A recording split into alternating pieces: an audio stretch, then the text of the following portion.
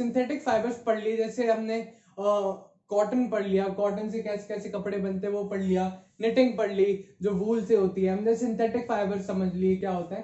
तो अब हम समझते हैं व्हाट इज जूट। जूट का आपने नाम सुना होगा। जूट एक नेचुरल फाइबर है, यानी ये पेड़ से निकलता है। जो जूट है वो पेड़ से बनता है। तो पेड़ से कैसे बनता है, अब हम जूट के बारे में पूरा इंट्रोडक्शन से लेके उसके लास्ट एंड टॉपिक तक सब खत्म करेंगे। ओके, इसके बारे में सब हम जानेंगे। तो सबसे पहले हम जूट के बारे में फर्स्ट जो इंट्रोडक्शन होता है वो समझ लेते हैं। Jute is one of the cheapest textile and with 61% of cellulose. जो जूट होता है, जूट इज द चीपेस्ट, यानी जो सबसे सस्ता फैब्रिक अगर किसी से बन सकता है, या फिर जो सबसे मोस्ट चीपेस्ट होता है, यानी जो सबसे सस्ती तरीके से, यानी सबसे सस्ते फैब्रिक से अगर हम कुछ बना सकते हैं तो वो क्या होता है, जूट। जूट जो होता है उसमें 61% सेल्यूलोज होता है। अब सेल्यूलोज क्या होता है, सेल्यूलोज प्लांट की जो होती है वो वॉल होती है। जैसे हमारी स्किन पे एक वॉल है, आप ये समझ लीजिए हमारी बॉडी को पूरी ऐसी वॉल कवर कर रही है। तो जो जूट होता है उसके अंदर 61% सेल्यूलोज होता है। सेल्यूलोज वही होता है जिसको हम खोल के जो हम फैब्रिक बनाते हैं, जो फैब्रिक तैयार करते हैं, वो किससे होता है, वो प्लांट के सेल्यूलोज से तैयार होता है।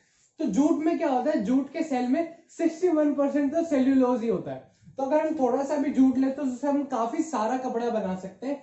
इसलिए क्या होता है, जो जूट होता है ना वो हमें काफी सस्ता पड़ता है किसी भी कपड़े को बनाने के लिए। It is long, soft, shiny plant fibre that can be spun into coarse. क्या होता है, ये जो होता है जूट लॉन्ग, लंबा, स्ट्रॉन्ग यानी मजबूत, सॉफ्ट जो इसके होते हैं मतलब एकदम मुलायम जैसे हम कहते हैं, ठीक है। शाइनी प्लांट फाइबर होता है, शाइनी प्लांट फाइबर होता है, एकदम चमकदार प्लांट फाइबर होता है, यानी प्लांट के अंदर से फाइबर निकलता है। और क्या होता है, इसको हम आराम से इसका कोरस बना सकते हैं। अब कोरस क्या होता है, जो हम रफली कपड़ा बनाते हैं ना, कि अभी हमने ज्यादा यूज के लिए इसको नहीं बनाया है, ज्यादा यूज के लिए इसको बहुत सारी फिनिशिंग देनी पड़ेगी, तो उससे क्या होता है, इससे यानी जूट के जो फाइबर से हम रफ जो होता है कोरस वो तैयार कर लेते हैं, ठीक है। इसकी थोड़ी बहुत प्रॉपर्टीज है। It is long, soft, shiny plant fibre, ठीक है। तो हमें ये याद रखना है। इसके बाद में हमारे पास क्या पॉइंट होता है, strong threads.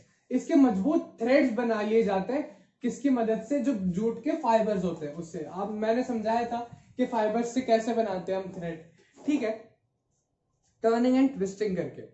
It is produce from the stems of a plant of the genus Corchorus. अब क्या होता है, जो प्लांट होता है, एक हर चीज का फिक्स प्लांट होता है। जैसे कॉटन का जो है वो कॉटन प्लांट है, वूल का है, हमने वूल सिर्फ शीप से निकाली, ठीक है। तो क्या होता है, जो जूट होता है उसका भी एक फिक्स्ड प्लांट होता है, यानी एक प्लांट का एक ग्रुप होता है। सिर्फ उसी में से ही हम क्या कर सकते हैं, जूट निकाल सकते हैं, ठीक है, जूट के फाइबर्स कलेक्ट कर सकते हैं। तो कौन सी जीनस कहलाती है, जीनस का क्या मतलब होता है, जीनस का आप एक सिंपल मतलब समझ लीजिए, जीनस का मतलब होता है ग्रुप। किसी भी ग्रुप को, प्लांट के ग्रुप को जब हम इकट्ठा देखते हैं तो हम उसको क्या कह देते हैं, जीनस, ठीक है। तो कौन से जीनस से जो होते हैं ये फाइबर वाले प्लांट बिलोंग करते हैं, उस जीनस का नाम है कॉर्कोरस। आपको याद रखना है कि क्या नाम है, कॉर्कोरस।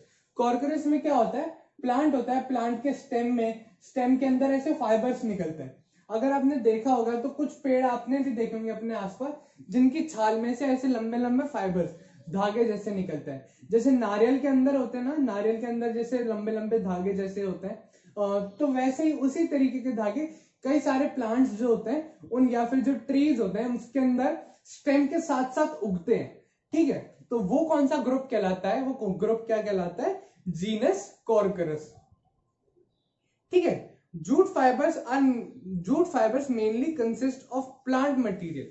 जो मेनली कंसिस्टिंग होता है, यानी जो इसमें मेजर पार्ट होता है, सबसे ज्यादा पार्ट जो होता है जूट के अंदर, वो किसका होता है, प्लांट मटेरियल का। ये मतलब सिर्फ प्लांट मटेरियल की मदद से ये पूरा जो होता है जूट का कपड़ा बनाया जा सकता है, फिर जूट की चीजें बनाई जा सकती है, ठीक है। इसके अंदर हमें ज्यादा बाकी चीजें यूज नहीं करनी होती है। जैसे कॉटन में तो सिर्फ कॉटन का फ्लावर या फिर सिर्फ कॉटन के बॉल से बनाया जा रहा है, इसके अंदर हम स्टेम से भी निकाल लेते हैं, जो अलग अलग टहनियां ट्विग्स निकलती है उससे भी निकाल लेते हैं, हम बार्क में से भी यानी उसका जो तना होता है उससे भी निकाल सकते हैं। तो पूरे प्लांट के अंदर से जो होता है जूट निकाला जा सकता है। Cellulose and lignin, cellulose and lignin जो होता है ये प्लांट के दो पार्ट होते हैं, यानी जो सेल्यूलोज होता है मैंने आपको बताया जो उसका सेल की जो आउटर कवरिंग होती है सेल्यूलोज, और लिग्निन भी वही होता है जिसके थ्रू हम जूट का फाइबर कलेक्ट कर सकते हैं। ठीक है, it comes and collected from the bast of skin of the plant. अब क्या होता है, आपने देखा होगा प्लांट जो होता है, प्लांट की हमने कई बार हम जो छाल जैसे हम कहते हैं, जो स्किन जैसे हम कहते हैं, उसको हम हटाते हैं। हटाने के बाद आपने देखा होगा कि उसके अंदर धागे जैसे निकलते हैं। आपने कई प्लांट्स में देखा होगा कि आप उसको खींचेंगे तो उसकी जैसे ही वो स्किन निकलती है, वो स्किन के अंदर बहुत सारे लंबे लंबे धागे जैसे होते हैं। ठीक है, तो it comes under the bast fibre category. Bast fibre category क्या होता है, fibre that collected from the bast और द स्किन ऑफ प्लांट, यानी जो छाल मैंने आपको समझाया, जो स्किन ऑफ प्लांट होती है उसके अंदर से ऐसे जो लंबे लंबे धागे निकलते हैं, उनकी मदद से जो होता है जूट तैयार किया जाता है। ठीक है, बनाना फाइबर और ऑल्सो बास्ट फाइबर। अगर आपने केले का पेड़ कभी देखा हो तो केले का पत्ता आप जैसे तोड़ते हैं तो एकदम उसके पेड़ से नीचे तक जुड़ा हुआ होता है, जैसे ही वो उसके बार्क में से निकलता है तो उसके पत्ते के नीचे पतले पतले फाइबर्स होते हैं। क्या होता है, पतले पतले फाइबर्स होते हैं। तो फाइबर्स निकाल लिए जाते हैं और फाइबर्स को टर्न ट्विस्ट करके उसको एक आपस में जोड़ के क्रिस क्रॉस करके जो पूरा होता है जूट का यान तैयार कर लेते हैं, और जूट की मदद से सारे हम कपड़े तैयार कर लेते हैं। तो जूट की थोड़ी बहुत प्रॉपर्टीज हमने समझी कि स्ट्रांग होता है, ठीक है, शाइनी होता है, लेकिन इसका जो कोरस तैयार होता है वो थोड़ा सा रफ होता है। ठीक है, उसके बाद में इसकी एक और प्रॉपर्टी है कि ये होता है, ये बहुत लंबे भी बनाए जा सकते हैं, इसकी रोप्स भी तैयार की जाती हैं। ठीक है, और ये क्या होता है, जो इसका हम फाइबर निकालते हैं, यानी जो हम इसका फाइबर निकालते हैं वो काफी सॉफ्ट होता है। ये इसके अंदर 61% सेल्यूलोज होता है और ये सबसे चीपेस्ट है। क्या है, सबसे चीपेस्ट है, इसकी बेस्ट प्रॉपर्टी है कि जूट हम कभी भी खरीदते हैं तो जूट हमें बहुत सस्ता पड़ता है क्योंकि प्लांट के बहुत सारे पार्ट से निकाला जा सकता है। तो एक बार आप सारे पॉइंट्स रिकॉल कर लीजिए, हमने आज क्या क्या कंप्लीट किया, नेटिंग कंप्लीट किया एंड जूट कंप्लीट किया। ठीक है, तो एक बार आप सारे पॉइंट्स अपने दिमाग में रिकॉल करिए। Thank you. तो ओके स्टूडेंट्स ऑफ क्लास 6, जो हमारा चैप्टर चल रहा है फाइबर टू फैब्रिक, इसके अंदर हमने जूट के बारे में इंट्रोडक्शन थोड़ा बहुत समझ लिया था कि जूट किस तरीके का होता है, जूट कैसा होता है, जूट कैसे बनता है। ठीक है, अब हम समझते हैं कि कल्टीवेशन ऑफ जूट कैसे होता है, यानी जूट कैसे उगाया जाता है, और stages of production of jute, यानी जो जूट फाइनल प्रोडक्ट तैयार हो जाता है वो फाइनल प्रोडक्ट पेड़ पौधों से कैसे बनता है। ठीक है, तो इसमें हम क्या करते हैं, हम इसको बुक के हिसाब से रीड करते हैं, एक एक लाइन को, एक एक वर्ड को अच्छे से समझेंगे, एक एक प्रोसेस को अच्छे से समझेंगे, और हम अभी के अभी ये ट्राई करेंगे कि हम इसको रीड करते करते ही याद कर ले। ठीक है, तो let's get started. Cultivation production of jute, इसको हम आराम आराम से पढ़ते हैं और समझते हैं अच्छे से। Jute is cultivated during the rainy season. जो जूट होता है, यानी जो हमारा जूट का पौधा है, वो पौधा हम कब हार्वेस्ट करते हैं, हार्वेस्ट का मतलब होता है जो हम खेत जोतते हैं उसके बाद में हम उसको काटते हैं, यानी जो फसल हमारी उग जाती है उसको हम काटते हैं, पूरी फाइनल फसल तैयार हो गई, पूरी फसल उग चुकी है, जो काटने का एकदम टाइम होता है वो इंडिया में कब आता है, यानी जब फसल कटती है वो इंडिया में सीजन कब आता है, वो होता है रेनी सीजन, जो अभी हमारे निकला जस्ट थोड़े समय पहले।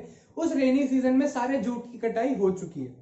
In India jute is grown in alluvial soil. ये छोटे छोटे पॉइंट्स है याद रखने। जो जूट होती है वो किस पे कल्टीवेट होती है, अलुवियल सॉइल, यानी एक सॉइल का जैसे टाइप होता है, सैंडी सॉइल हो गई, रेड सॉइल हो गई, ब्लैक सॉइल हो गई। जैसे ब्लैक में हम क्या उगाते हैं, ब्लैक में हम कॉटन उगाते हैं, तो एलुवियल सॉइल में क्या उगा रहे हैं हम, एलुवियल सॉइल में हम क्या उगा रहे हैं, jute. Okay, in India jute is grown in the alluvial soil in the delta region of the rivers such as Gangas and Brahmaputra। अब क्या होता है, डेल्टा रीजन क्या होता है, जितने भी नदी के पास के इलाके, जो हमारे इंडिया में बड़ी बड़ी रिवर्स बहती है, यानी जितनी भी बड़ी बड़ी नदियां बहती है, कौन कौन सी दो बड़ी बड़ी नदियां, गंगा और ब्रह्मपुत्र, इनका डेल्टा रीजन यानी ये यहाँ पे पूरी नदी बह रही है, नदी बहने के पास के आसपास के जो इलाके होते हैं वहीं पे एल्यूवियल सॉइल पाई जाती है। और जो एक और फैक्ट की बात है कि जब भी जहां से भी नदी एक साथ लगातार बह रही होती है ना, वहां पे जो उसकी सॉइल होती है उसमें बहुत ज्यादा मिनरल्स होते हैं, बहुत ज्यादा जो हेल्दी सॉइल कहलाती है ना, जिसके अंदर पेड़ बहुत अच्छे से उग पाते हैं। तो उन रीजन में क्या उगाता है सारा जूट, कब उगाया जाता है? जो डेल्टा रीजन, जो कहां उगाया जाता है? जो डेल्टा रीजन होते हैं गंगा और ब्रह्मपुत्रा के, इंडिया की दो सबसे बड़ी रिवर्स है, इस हिसाब से याद रखिएगा, दो सबसे बड़ी रिवर्स है, और जो उनके आसपास के इलाके होते हैं उनको हम क्या बोलते हैं? Delta region. तो डेल्टा रीजन में इसकी खेती की जाती है, ठीक है। उसके बाद में it is grown through out the Asia, यानी पूरे के पूरे एशिया में इसको उगाया जाता है। यानी जो 7 कॉन्टिनेंट्स है उसका जो सबसे बड़ा जो जहां पे जूट प्रोड्यूस किया जा रहा है या फिर जूट जहां सबसे ज्यादा उगाया जाता है वो कौन सा है? एशिया। तो पूरे के पूरे ऑलमोस्ट पूरे एशिया के अंदर जो जूट है वो उगाया जाता है, यानी ऑलमोस्ट पूरा एशिया जो है वो सारा जूट प्रोड्यूस कर रहा है पूरे वर्ल्ड के लिए, ठीक है।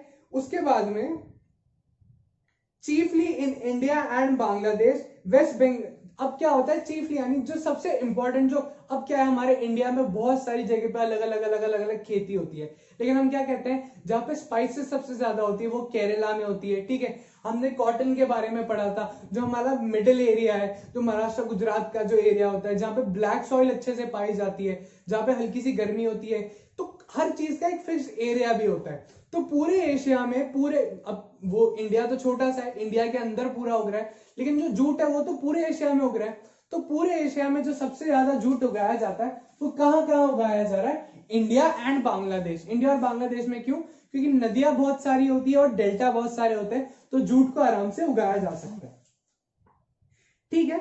West Bengal, Bihar, Assam are chief jute growing states in India. 3 हमको स्टेट्स दे रखे, कौन कौन से? वेस्ट बंगाल, बिहार और असम। वेस्ट बंगाल, बिहार, असम तीनों आप देख लीजिए डेल्टा रीजन है, सारी जगह से हमको कुछ ना कुछ लगता है कि हाँ कोई ना कोई नदी बहती है जिसके सहारे पे पूरे जूट की कल्टीवेशन होती है। चीफ यानी सबसे इंपॉर्टेंट, इंडिया के अंदर भी सबसे इंपॉर्टेंट कौन कौन से हैं? असम, वेस्ट बंगाल और बिहार। तो आपको ये याद रखना है कि कौन कौन से 3 स्टेट्स इंडिया में जूट उगा रहे हैं, कौन कौन से? वेस्ट बंगाल, बिहार एंड असम। ये हो गया कल्टीवेशन ऑफ जूट। कल्टीवेशन यानी कहाँ उगाई जाती है, कितनी उगती है, पूरे वर्ल्ड में कहाँ कहाँ उगती है। अब कल्टीवेशन जूट का कंप्लीट हो चुका है। अब हम किस बारे